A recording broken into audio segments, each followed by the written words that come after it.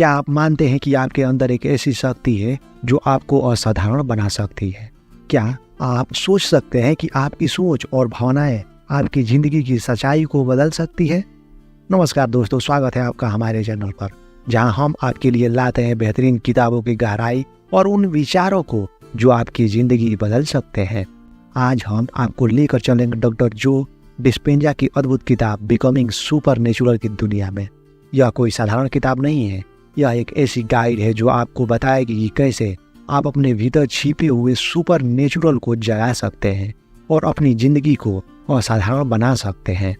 इस किताब में विज्ञान, ध्यान और आत्म जागरूकता को एक साथ जोड़ा गया है ताकि आप समझ सकें कि कैसे आपकी चेतना आपकी सच्चाई बन सकती है, चाहे वो आपकी सेहत हो, आपके रिश्ते हो या फिर आपका करियर। यह किताब आपको सिखाएगी कि कैसे आप खुद को और अपनी जिंदगी को फिर से डिजाइन कर सकते हैं। इस वीडियो में हम आपको बिकमिंग सुपरनेचुरल का हर अध्याय विस्तार से समझाएंगे और साथ ही विचारों को वास्तविकता में बदलने का व्यवहारिक उदाहरण देंगे जो आपके जीवन को नया मोड़ देंगे। तो चलिए तैयार हो जाइए इस अद्भुत यात्रा के लिए, जहां आप साधारण से असाधारण बनने का रास्ता सीखेंगे। अंत तक इस वीडियो को जरूर देखिए क्योंकि यह आपकी जिंदगी बदल सकता है। Chapter 1, opening the door to the supernatural. इस अध्याय में लेखक समझाने की कोशिश करते हैं कि कैसे आम लोग भी असाधारण चीजें कर सकते हैं। हमारे विचार और भावनाएं कैसे हमारी वास्तविकता को प्रभावित करती है। लेखक बताते हैं कि अगर हम अपनी चेतना और विश्वास को बदल सके तो हम अपने जीवन में असाधारण बदलाव ला सकते हैं। इसके लिए हमें अपनी सोच के दायरे को विस्तार देना होगा और अपनी सीमाओं से बाहर निकलना होगा। हमारी सीमाएं केवल मानसिक हैं। हम अक्सर अपने अतीत के अनुभवों, यादों और दर्द में फंसे रहते हैं, जिससे हमारा मन एक निश्चित दायरे में ही कार्य करता है। इस अध्याय में वे सुपरनेचुरल यानी अलौकिक दरवाजे खोलने का तरीका बताते हैं। इसके लिए सबसे पहले हमें अपनी पुरानी धारणाओं और मान्यताओं को छोड़ना होगा और एक नई संभावना में विश्वास करना होगा। हमारे मस्तिष्क की न्यूरोप्लास्टिसिटी यानी उसे ढलने की क्षमता यह साबित करती है कि हम नए विचार और नई आदतें विकसित कर सकते हैं। अगर हम अपने विचारों और भावनाओं को नियंत्रित कर सकें तो हम किसी भी परिस्थिति को बदल सकते हैं। कल्पना कीजिए कि आपके पास एक जादुई चित्रकार है। यह चित्रकार जो भी बनाएगा वो आपकी जिंदगी में हकीकत बन जाएगा। अब सोचिए, अगर आपके हाथ में इतना अनमोल चित्रकार हो तो आप उसे क्या चित्र बनवाएंगे?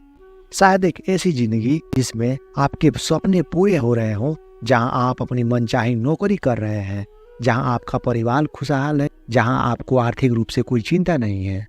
पर अब यह समस्या है कि ये चित्रकार आपके मन के विचारों को पकड़ता है और उसे कागज पर उतार देता है। अगर आप नेगेटिव सोचेंगे, जैसे कि मुझे ये काम नहीं आता या मैं कभी सफल नहीं हो सकता, तो चित्रकार वह चित्र बनाएगा जहां आप असफल और हताश होंगे। हमारे विचार इसी जादुई चित्रकार की तरह काम करता है। हमारे दिमाग की न्यूरोप्लास्टिसिटी हमें उस पेंटिंग को बदलने की शक्ति देती है। अगर हम अपनी सोच को पॉजिटिव और रचनात्मक बना लें तो आप उस जादुई चित्रकार को एक सुंदर, सफल और खुशहाल तस्वीर बनाने का निर्देश देंगे। जब आप इसे सच मानेंगे और लगातार अपनी चेतना को इस दिशा में ले जाएंगे तो यह आपकी वास्तविकता बनने लगेगा। अगर हम अपनी सीमाओं से बाहर निकलकर सोचें और पुरानी आदतों को बदलें तो हम अपनी पूरी जिंदगी में सुपरनेचुरल यानी असाधारण चीजें ला सकते हैं। एक विजन बोर्ड बनाएं। इस पर वे उन सभी चीजों को तस्वीर, वाक्य और विचार चिपकाएं जिन्हें वे अपने जीवन में हासिल करना चाहते हैं। हर दिन उस विजन बोर्ड को देखते हुए एक सकारात्मक और उत्साहपूर्ण भावना के साथ खुद को प्रेरित करें। यह प्रक्रिया डिस्पेंजा के सिद्धांतों को लागू करने का एक बेहतरीन तरीका है, जिससे न केवल अपने विचार बल्कि आपका संपूर्ण जीवन धीरे धीरे बदल सकता है। मेरे प्यारे दोस्तों, हमारी संभावनाएं अनंत है, केवल हमें अपने विचारों की दिशा को ही बदलना है और जीवन में सुपरनेचुरल बदलाव लाना है। Chapter 2, the present moment. वर्तमान क्षण में जीना क्यों आवश्यक है? लेखक का कहना है कि हमारी असली शक्ति हमारे वर्तमान में निहित है। वो बताते हैं कि कैसे हमारा दिमाग हमेशा या तो अतीत की यादों में उलझा रहता है या फिर भविष्य की चिंता में खोए रहता है। जिससे हम अपने वर्तमान को अनदेखा कर देते हैं। जब हम वास्तव में वर्तमान में जीने लगते हैं तो हम अपनी चेतना को जागरूक करके अपनी जिंदगी में अद्भुत बदलाव ला सकते हैं। वर्तमान क्षण वह क्षण है जहां हम अपनी संभावनाओं को वास्तविकता में बदल सकते हैं। उनका मानना है कि जब हमारा ध्यान वर्तमान में केंद्रित होता है तो हम अपने विचारों, भावनाओं को बेहतर तरीके से नियंत्रित कर सकते हैं। जब हम अतीत में फंसे रहते हैं तो हमारे विचार और भावनाएं हमारी पुरानी आदतों और अनुभवों से संचालित होती है। इसी तरह भविष्य की चिंता हमें अनिश्चितता और तनाव में डाल देती है। वर्तमान क्षण में ध्यान केंद्रित कर हम अपने मस्तिष्क और शरीर को एक नई चेतना में ढाल सकते हैं और इसे किसी भी लक्ष्य के प्रति पूरी तरह समर्पित कर सकते हैं। कल्पना कीजिए कि आप एक संगीतकार हैं और आपको एक नया गाना लिखना है, लेकिन समस्या यह है कि जब आप गिटार उठाते हैं आपका ध्यान भटक जाता है। कभी आपको पुरानी असफलताएं याद आ जाती है, वह वक्त जब आपका एक गाना लोकप्रिय नहीं हुआ था। कभी आप यह सोचकर परेशान हो जाते हैं कि क्या यह नया गाना सफल होगा या नहीं। जब आपका ध्यान अतीत और भविष्य में अटका रहता है तो आपकी क्रिएटिविटी प्रभावित होती है। यदि आप अपनी पूरी ऊर्जा को वर्तमान क्षण में लाएं और बस उस समय को महसूस करें, वर्तमान क्षण में जब आप पूरी तरह से जुड़ जाते हैं तो न केवल आपके गाने में नयापन आएगा बल्कि वह गहराई और मौलिकता भी होगी जो आपको अतीत या भविष्य में सोचने रहने से नहीं आ सकती। लेखक इसे टाइमलेसनेस कहते हैं, एक ऐसा क्षण जहां आपका ध्यान केवल वर्तमान पर होता है और तब आप अपने असली क्षमता को महसूस कर सकते हैं।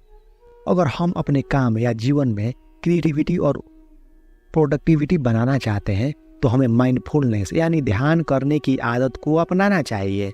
इससे हमारा ध्यान वर्तमान पर केंद्रित होता है और हम अपनी ऊर्जा को अपने कार्य में पूरी तरह लगा सकते हैं। हर दिन 10 से 15 मिनट ध्यान करें। एक आरामदायक जगह पर बैठें, अपनी आंखें बंद करें और अपनी सांसों पर ध्यान दें। जब आपका मन भटके तो उसे वापस सांसों पर लाएं। यह प्रक्रिया उन्हें वर्तमान में रहने का अभ्यास कराएगी और उनकी कार्य क्षमता को बढ़ाएगी। वर्तमान में रहना ही असली ताकत है। अतीत और भविष्य की चिंताओं से मुक्त होकर जब हम केवल इस क्षण पर केंद्रित रखते हैं तो हम अपनी ऊर्जा का उपयोग अपने लक्ष्यों को हासिल करने में लगा सकते हैं। Chapter 3, tuning into the new potential into the quantum field. लेखक एक दिलचस्प और गहरी अवधारणा पेश करते हैं। हम सभी एक अदृश्य ऊर्जा क्षेत्र यानी क्वांटम फील्ड से जुड़े हुए हैं। यह फील्ड अनंत संभावनाओं से भरा हुआ है और जब हम इसे समझ लेते हैं तो हम अपने जीवन में एक नए अवसरों और भावनाओं को आकर्षित कर सकते हैं। लेखक बताते हैं कि अगर हम अपने विचारों और भावनाओं को सही तरीके से ट्यून कर सकें तो हम इस फील्ड में पहले से मौजूद किसी भी संभावनाओं को वास्तविकता में बदल सकते हैं।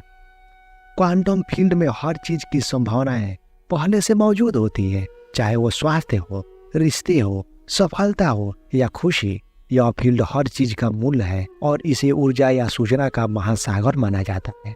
जब हम अपने विचारों और भावनाओं को एक विशेष संभावना पर केंद्रित करते हैं तो हम उस संभावनाओं को अपनी ओर आकर्षित करते हैं। दोस्तों, यह संभव है कि हम अपने मन को एक शक्तिशाली एंटीना की तरह उपयोग करें जो कि हमारे लक्ष्य या इच्छा से मिलती जुलती फ्रीक्वेंसी को पकड़ सके। जैसे रेडियो स्टेशन की तरंगे को ट्यून किया जाता है, वैसे ही हम अपने मन और भावनाओं को ट्यून कर सकते हैं ताकि हम अपने विचारों को एक शक्तिशाली एंटीना की तरह उपयोग करें। लेखक का कहना है कि यह संभव है कि हम अपने मन को एक शक्तिशाली एंटीना की तरह उपयोग करें जो कि हमारे लक्ष्य या इच्छा से मिलती जुलती फ्रीक्वेंसी को पकड़ सके। जैसे रेडियो स्टेशन की तरंगे को ट्यून किया जाता है, वैसे ही हम अपने मन और भावनाओं को ट्यून कर सकते हैं ताकि हम उस ऊर्जा को प्राप्त कर सकें। मान लीजिए कि आपके मन में एक सपना है कि आप एक सफल व्यवसाय शुरू करना चाहते हैं, लेकिन अभी भी आपके पास न तो वित्तीय संसाधन है न ही सही पार्टनर या क्लाइंट है। आप सोचते हैं कि यह सपना कभी पूरा नहीं हो सकता क्योंकि आपकी स्थिति के हिसाब से यह असंभव लगता है। आपकी यह इच्छा क्वांटम फील्ड में पहले से ही एक संभावना का रूप मौजूद है। अगर आप अपनी सोच और भावनाओं को इस बात पर केंद्रित करते हैं कि आप पहले से एक सफल व्यवसाय के मालिक हैं, उसे पूरी तरह सजीवता के साथ महसूस करते हैं, तो उसकी कल्पना करें मानो वो पहले से आपकी वास्तविकता हो, तो आप उस संभावना की ऊर्जा को अपनी ओर खींच सकते हैं। जैसे ही आप अपनी चेतना को इस विचार पर केंद्रित करते हैं, आपके अंदर एक नई ऊर्जा उत्पन्न होती है। यह ऊर्जा आपको उत्साहित करती है, आपके दिमाग में नए विचार लाती है और आपके आत्मविश्वास बढ़ाती है। आपके अंदर जो बदलाव आएगा वे उस संभावनाओं को धीरे धीरे आपकी जिंदगी में खींच लाएंगे। आपको शायद नए लोग मिले जो आपकी बिजनेस में सहायता करे, या नए विचार आए जो आपकी प्रगति का दिशा दिखाए। दोस्तों, यह कोई जादू ही नहीं है, बल्कि क्वांटम फील्ड में अपनी ऊर्जा का एक विशेष दिशा में लगाने की प्रक्रिया है। जब आप किसी लक्ष्य के प्रति अपनी भावनाओं को गहराई से जोड़ते हैं, तो आपकी ऊर्जा बढ़ती है और आप उस दिशा में और भी मेहनत करते हैं। लेखक बताते हैं कि रोजाना विजुअलाइजेशन का अभ्यास करें। उदाहरण के लिए, अगर कोई अपना बिजनेस शुरू करना चाहता है, तो हर दिन कुछ मिनट ऐसे बैठे और महसूस करे कि वे पहले से सफल बिजनेस ओनर है, उनके पास ग्राहक हैं, टीम है और वे सफल हो रहे हैं। यह विजुअलाइजेशन उन्हें एक सकारात्मक ऊर्जा देगा और उनकी क्रिएटिविटी को भी उत्तेजित करेगा। अगर आप अपने मन को ट्यून करके सही फ्रीक्वेंसी पर ला सकते हैं, तो हम क्वांटम फील्ड की अनंत संभावनाओं में से किसी भी संभावनाओं को वास्तविकता में बदल सकते हैं। यह हमारे विचार और भावनाओं की शक्ति पर निर्भर करता है कि हम किस तरह से अपने लक्ष्य की ऊर्जा को अपनी ओर आकर्षित कर सकते हैं। Chapter 4, blessing of the energy centre. लेखक एक विशेष ध्यान प्रक्रिया पर ध्यान केंद्रित करते हैं, जिसे ऊर्जा केंद्रों को आशीर्वाद देना कहा गया है।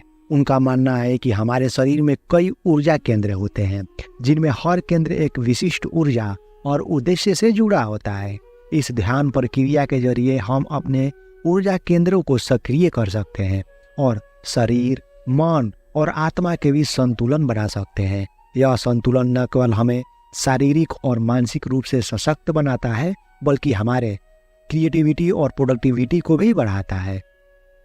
हमारे शरीर के 7 ऊर्जा प्रमुख केंद्र होते हैं, जिन्हें हम चक्र के रूप में जानते हैं। यह चक्र हमारी भावनाओं, विचारों और शारीरिक स्वास्थ्य को भी प्रभावित करते हैं। लेखक का मानना है कि जब हम अपने ऊर्जा केंद्रों में असंतुलन या अवरोध होता है, तो यह हमारे जीवन में नकारात्मक प्रभाव डाल सकता है।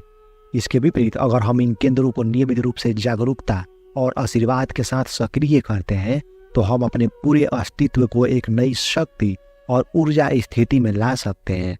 इस प्रक्रिया के माध्यम से हम अपनी चेतना को एक गहरे स्तर पर ले जा सकते हैं और हमारी ऊर्जा केंद्रों को संतुलित कर सकते हैं। इस संतुलन के साथ हम अपनी शारीरिक और मानसिक क्षमताओं को बढ़ा सकते हैं और आत्मिक स्वीकृति, रचनात्मकता और सकारात्मकता को अपने जीवन में ला सकते हैं। कल्पना कीजिए कि आप एक नौकरी कर रहे हैं जहां आपको रोजाना कई तरह के तनावों का सामना करना पड़ता है। आपके पास लक्ष्य पूरे करने का दबाव है, बॉस का तनाव और जीवन में संतुलन बनाने की चुनौती। ऐसे में अक्सर शरीर का पहला और तीसरा चक्र, जिनका संबंध सुरक्षा और आत्म सम्मान से है, अवरोधित हो जाता है, जिससे आप तनाव में आ सकते हैं और अपनी पूरी क्षमता से कार्य नहीं कर पाते। आप धीरे धीरे अपने हर चक्र पर ध्यान केंद्रित करेंगे। उदाहरण के लिए, पहले चक्र जड़ चक्र कहा जाता है। अगर उन पर ध्यान केंद्रित करते हुए आप अपने आप को स्थिरता और सुरक्षा से भरने की कल्पना कर सकते हैं, माने कि आप सुरक्षित और आपके पास आवश्यक संसाधन है। फिर तीसरे चक्र, जिसे मणि चक्र कहा जाता है, उस पर ध्यान केंद्रित करते हुए आप अपने आत्मसम्मान और आत्मविश्वास अनुभव करें। आप अपने अंदर उस शक्ति को महसूस करें कि आप अपने सभी कार्यों को सफलता से पूरा कर सकते हैं। जैसे ही आप इस प्रक्रिया को नियमित रूप से दोहराते हैं, आप महसूस करेंगे कि आपके शरीर और मन में एक नए प्रकार की शांति और शक्तिकरण का संचार हो रहा है। धीरे धीरे यह आपके दिन प्रतिदिन के जीवन में कई अस्थायी बदलाव लाएगा। जब आपके ऊर्जा केंद्र संतुलित होंगे, तो आपका आत्मविश्वास बढ़ेगा और आप पूरी ऊर्जा के साथ कार्य कर पाएंगे। ऊर्जा केंद्रों को संतुलित करने से न केवल हमारी शारीरिक स्थिति बेहतर होती है, बल्कि हम मानसिक रूप से भी बेहतर होते हैं। जब हम अपने ऊर्जा केंद्रों को नियमित रूप से आशीर्वाद देते हैं, तो यह हमें एक सशक्त और स्थिर अवस्था में लाता है। जिससे हम किसी भी काम में अपने सर्वश्रेष्ठ प्रदर्शन कर सकते हैं। वे बताते हैं कि प्रत्येक सुबह रात को ऊर्जा केंद्रों का आशीर्वाद देने का अभ्यास करें। उदाहरण के लिए वे 10-15 मिनट का समय निकालकर अपने हर दिन ऊर्जा केंद्रों पर ध्यान केंद्रित कर सकते हैं और अपने हर केंद्र को विशेष भावनाओं से भर सकते हैं। यह अभ्यास न केवल उन्हें शांति देगा बल्कि उनकी क्रिएटिविटी और प्रोडक्टिविटी को भी बढ़ाएगा। अपने ऊर्जा को केंद्रों को आशीर्वाद देकर हम अपने जीवन में सकारात्मक और संतुलन ला सकते हैं। यह एक सरल और प्रभावी ध्यान प्रक्रिया है जो रचनात्मक और मानसिक स्पष्टता और उत्पादकता को बढ़ाने में सहायक करती है। जब हमारे ऊर्जा केंद्र संतुलित और ऊर्जावान होंगे तो हम किसी भी चुनौती का सामना कर सकते हैं और अपनी पूरी क्षमता से जीवन जी सकते हैं।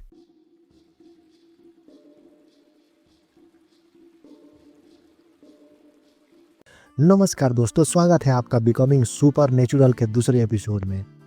Chapter 5, reconditioning the body to a new mind. लेखक बताते हैं कि हमारे शरीर और मन कैसे आपस में गहराई से जुड़े हुए हैं और कैसे हमारा शरीर अक्सर पुराने विचारों और आदतों के कारण प्रतिक्रिया करता है। अगर हम अपनी सोच को बदलते हैं तो हमारे शरीर को भी उसी के अनुरूप ढालना संभव है। इसके लिए हमें अपने शरीर को नए विचारों और भावनाओं के साथ रिकंडीशन करना होगा ताकि हम पुरानी आदतों से बाहर निकलकर एक नई और सकारात्मक मानसिकता अपना सकें। हमारे मस्तिष्क की न्यूरोप्लास्टिसिटी अर्थात नई चीजें सीखने और बदलने की क्षमता और हमारे शरीर की कंडीशनिंग के बीच एक गहरा संबंध होता है। हमारे शरीर पुराने भावनाओं और आदतों से इतना प्रभावित हो जाता है कि अगर हम अपने विचार बदलना भी चाहें तो हमारा शरीर पुराने भावों की ओर खींचता रहता है।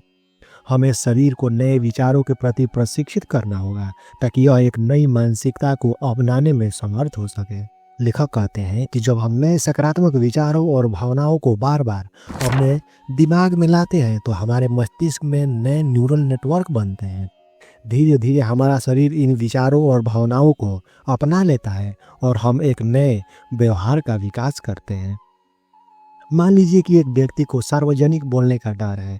जैसे ही वह मंच पर जाता है उसके अंदर घबराहट और तनाव के भाव आने लगते हैं। वो भले ही अपने दिमाग में सोचता है कि मुझे डरने की ज़रूरत नहीं है, मैं अच्छा कर सकता हूँ, लेकिन उसका शरीर पुराने अनुभवों के कारण डर से जकड़ा रहता है। इस व्यक्ति को अपने शरीर को नए विचारों के प्रति प्रशिक्षित करना होगा। वह इस अभ्यास के जरिए एक नई प्रक्रिया शुरू कर सकता है।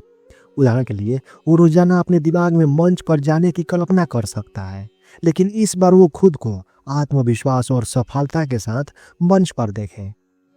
वह इस भावनात्मक स्थिति को बार बार अपने शरीर को महसूस कराए। धीरे धीरे इस व्यक्ति का शरीर भी इस नई सोच के अनुरूप ढलना शुरू कर देगा। उसकी घबराहट और डर कम हो जाएंगे और वह अपने शरीर को नए विश्वास के साथ सार्वजनिक बोलने के लिए तैयार कर सकेगा। जब शरीर बार बार नए विचारों के साथ कंडीशन होता है तो अंततः यह पुरानी आदतों और भावनाओं से मुक्त हो जाता है। तो दोस्तों, इस अध्याय में हमने सीखा कि कैसे हम शरीर को नए विचारों के साथ प्रशिक्षित करके पुरानी आदतों और नकारात्मक मानसिकता से बाहर निकल सकते हैं। यह प्रक्रिया हमारी सोच को बदलने से कहीं अधिक है। यह हमारे शरीर को उस नए मानसिकता में ढालने का एक तरीका है। Chapter 6, the pineal gland becoming super natural. Pineal gland को सक्रिय करके हम सुपर नेचुरल यानी अलौकिक शक्तियों का अनुभव कर सकते हैं। यह ग्लैंड हमारे मस्तिष्क का एक विशेष हिस्सा है जो हमारी चेतना को गहराई से प्रभावित करता है।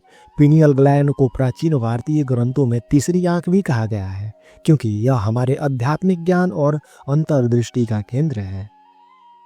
पिनियल ग्लैंड हमारी जागरूकता और चेतना को एक नई ऊंचाइयों तक ले जाने का साधन है। यह एक प्रकार का जैविक एंटीना है जो ऊर्जा और जानकारी को ग्रहण करता है और हमें ऐसी स्थितियों का अनुभव कराता है जो सामान्यतः भौतिक वास्तविकता से परे होती है। इस ग्लैंड को सक्रिय करके हम अपने चेतन और अचेतन मन के बीच एक गहरा संबंध बना सकते हैं और एक विस्तारित चेतना में प्रवेश कर सकते हैं। दोस्तों, जब यह ग्लैंड सक्रिय होता है तो हमारे शरीर में मेलाटोनिन और सेरोटोनिन जैसी महत्वपूर्ण हार्मोन का स्तर बढ़ता है जो हमारे मानसिक और शारीरिक स्वास्थ्य को बढ़ावा देता है। पिनियल ग्लैंड की सक्रियता हमें हमारे भीतर छिपी हुई क्षमता का एहसास कराती है और एक नई क्रिएटिविटी, जागरूकता और शक्ति का स्रोत बन जाता है। कल्पना कीजिए कि एक व्यक्ति बहुत ही रचनात्मक काम करता है, जैसे कि एक कलाकार है। वह चाहता है कि उसकी कला में गहराई हो और आत्मा आए, जो लोगों के दिलों को छू सके, लेकिन अक्सर वह महसूस करता है कि उसकी रचनात्मकता कहीं रुक सी गई है और वह कुछ नया सोचने या बनाने में असमर्थ महसूस करता है। ऐसे व्यक्ति के लिए पिनियल ग्लैंड को सक्रिय करने का अभ्यास बहुत फायदेमंद हो सकता है। वह व्यक्ति ध्यान के माध्यम से पिनियल ग्लैंड पर ध्यान केंद्रित कर सकता है। उदाहरण के लिए, वह एक शांत जगह पर बैठे और अपनी चेतना को धीरे धीरे सिरों के बीचों बीच, जहां पिनियल ग्लैंड स्थित है, उस पर केंद्रित करें। वह यह कल्पना करे कि यह ग्लैंड धीरे धीरे सक्रिय हो रहा है और उसके अंदर से एक गहरा प्रकाश निकल रहा है जो उसकी चेतना को विस्तारित कर रहा है। जैसे जैसे वह इस ध्यान को नियमित रूप से करता है, उसे अपनी क्रिएटिविटी में एक नई गहराई और स्पष्टता का अनुभव होने लगेगा। उसकी सोच और कल्पना में नई संभावनाएं उभरेंगी और वह अपनी कला में एक ऐसा आयाम जोड़ सकेगा जो पहले कभी नहीं था। यह ध्यान उसे गहरे आत्मज्ञान और क्रिएटिविटी के स्रोत से जोड़ता है, जिससे उसका आत्मविश्वास और कला की गुणवत्ता में वृद्धि होती है। तो दोस्तों, पिनियल ग्लैंड की सक्रियता से हम अपने चेतना को एक नई ऊंचाइयों तक ले जा सकते हैं और जीवन में नई क्रिएटिविटी और सकारात्मकता ला सकते हैं। यह ग्लैंड हमें एक सुपर नेचुरल का अनुभव कराता है, जिससे हम अपने भौतिक जीवन में भी असाधारण परिणाम प्राप्त कर सकते हैं। Chapter 7, project coherence, making a better world. लेखक एक सामूहिक ध्यान प्रक्रिया का उल्लेख करते हैं, जिन्हें उन्होंने प्रोजेक्ट कोहेरेंस का नाम दिया है। जब कई लोग एक साथ सकारात्मक ऊर्जा और सामंजस्य के साथ ध्यान करते हैं, तो यह केवल उनके अपने जीवन में ही नहीं, बल्कि पूरे समाज और यहाँ तक कि पूरे विश्व में भी सकारात्मक बदलाव। जब हम एक सामूहिक रूप से एक समान उद्देश्य के लिए ध्यान करते हैं, तो हम एक ऐसी ऊर्जा का निर्माण करते हैं जो हमारे आसपास के वातावरण और लोगों को भी प्रभावित करती है। लेखक का मानना है कि प्रत्येक व्यक्ति की ऊर्जा एक वाइब्रेशन या तरंग होती है। जब सब मिलकर प्यार, करुणा, शांति और एकता की भावना के साथ ध्यान करते हैं, तो इन भावनाओं की ऊर्जा और भी अधिक प्रभावशाली बन जाती है, जो सामंजस्य या समरूपता का प्रतीक है। जब कई लोग एक ही उद्देश्य और भावना के साथ ध्यान करते हैं, तो वे एक सामूहिक शक्ति का निर्माण करते हैं जो बड़े पैमाने पर बदलाव ला सकती है। अनुसार इस प्रकार का सामूहिक ध्यान हमारे मस्तिष्क और हृदय की लहरों को संतुलित करता है, जिससे हम अधिक सशक्त और जुड़ाव महसूस करते हैं। यह प्रक्रिया हमें न केवल व्यक्तिगत रूप से बदलती है, बल्कि यह सामाजिक और वैश्विक स्तर पर भी सकारात्मक प्रभाव डालती है।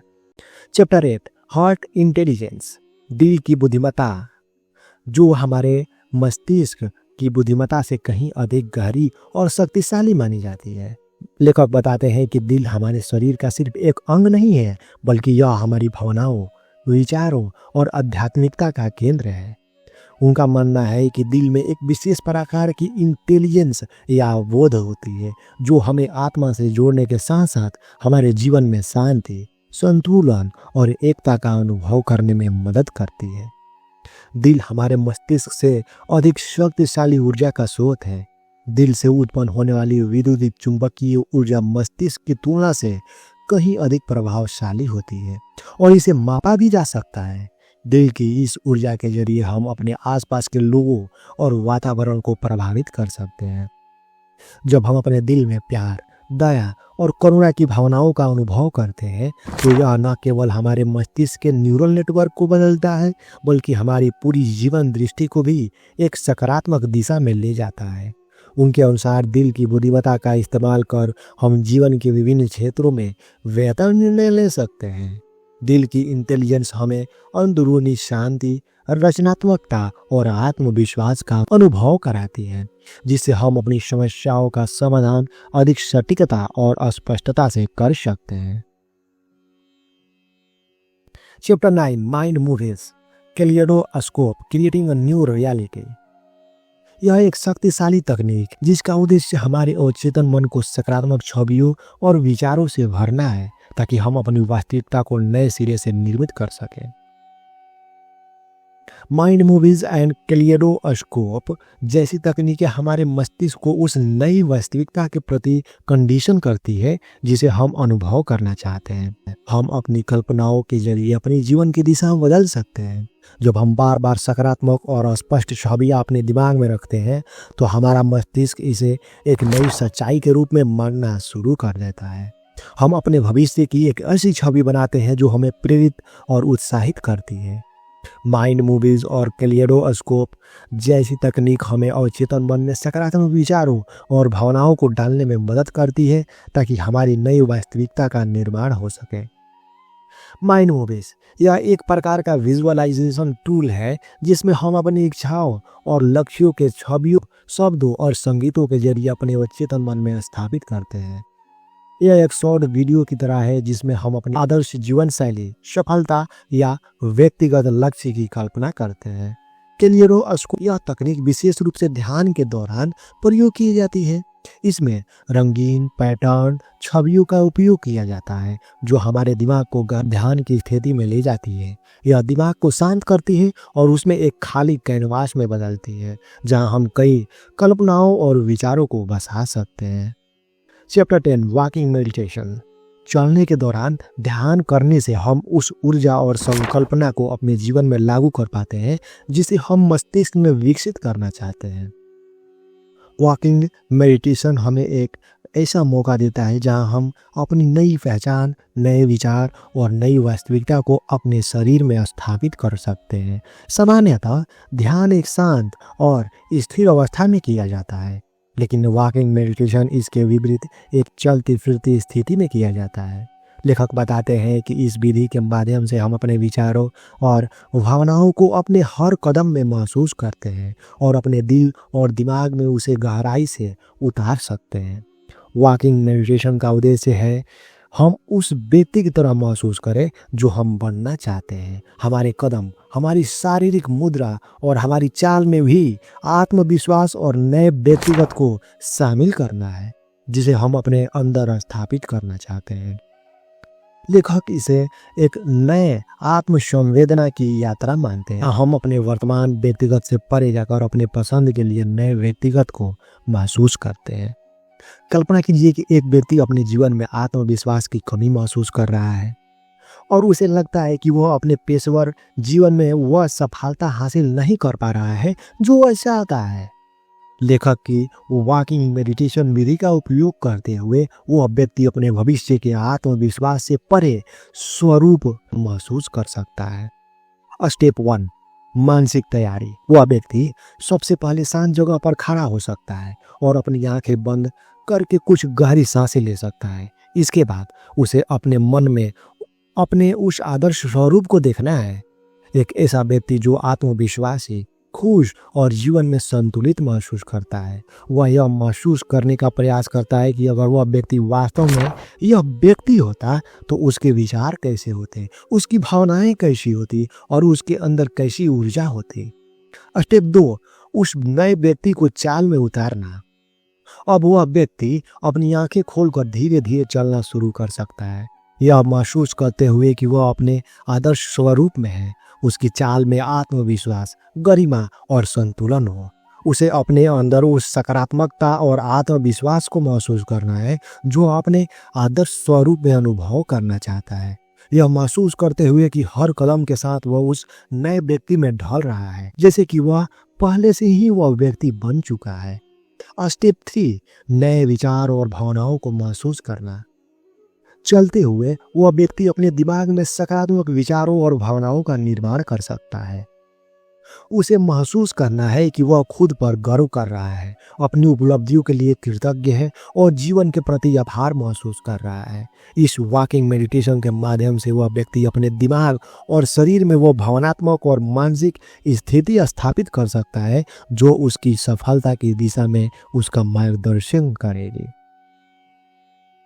इस प्रकार वॉकिंग मेडिटेशन न केवल शारीरिक गतिविधि है बल्कि एक मानसिक और भावनात्मक यात्रा है जहां हम खुद को अपने आदर्श स्वरूप में देख सकते हैं और उस अनुभव को अपने जीवन का हिस्सा बना सकते हैं।